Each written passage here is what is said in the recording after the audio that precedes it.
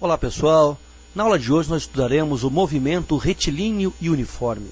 O movimento é chamado de retilíneo e uniforme quando a sua velocidade permanece constante e diferente de zero no decorrer do tempo, e a sua aceleração, por consequência, é constante igual a zero. Lembra comigo da aula passada? A aceleração escalar mede a variação da velocidade, no decorrer do tempo. Como não tem variação de velocidade, não tem o quê? A aceleração. Bom, mas o que vai variar nesse movimento? A sua posição, e vai variar o tempo.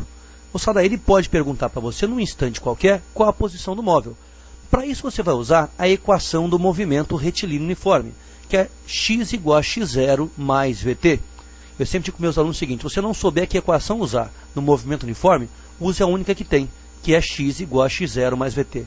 Essa equação pode ser encontrada também em alguns livros, como sendo S igual a S0 mais VT. As duas formas aí são bastante utilizadas. X indica a posição do móvel no instante t considerado, às vezes chamado também de posição final do móvel.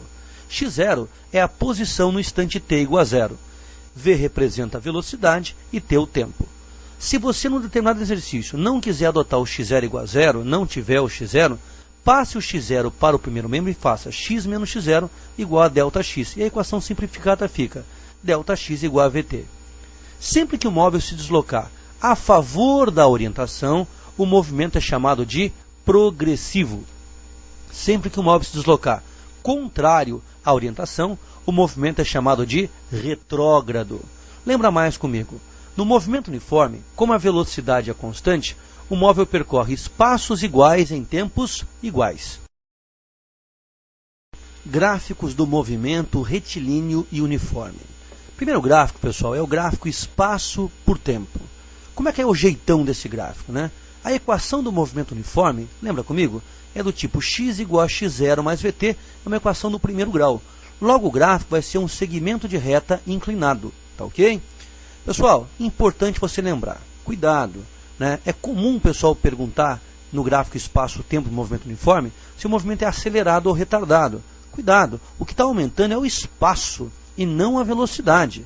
Esse movimento não pode ser acelerado, não pode ser retardado. Por quê? Porque é um movimento que a velocidade é constante. Ah, ele pode ser progressivo ou retrógrado? Pode. No nosso exemplo aí na tela, você observa, o espaço aumenta. Então o movimento é progressivo nesse caso. Propriedades desse gráfico. Se eu achar a tangente de θ, nesse triângulozinho que eu coloquei para você aí, observa, a tangente de θ é igual a quem? Tangente é uma continha, uma simples e ridícula continha, que é dividir um cateto oposto por um cateto adjacente. O cateto oposto é o ΔX e o adjacente é o ΔT.